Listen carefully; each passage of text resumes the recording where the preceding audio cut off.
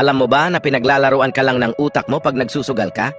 Psychology Facts Part 24. Panoorin mo para matauhan ka sa sasabihin ko.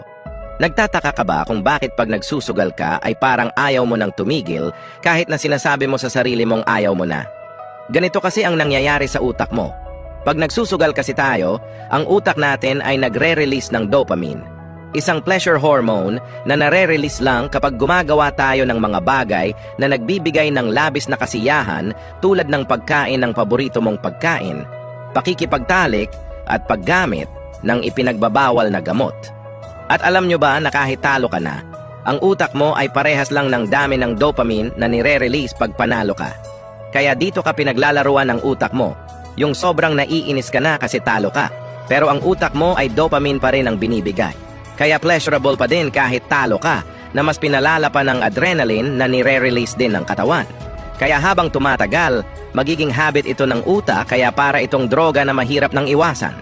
Kaya kung ako sa'yo, mag-control ka o tumigil ka na hanggat kaya mo pa. Kasi baka magsisi ka na lang sa huli na pati kinabukasan ng pamilya mo ay naipusta mo na.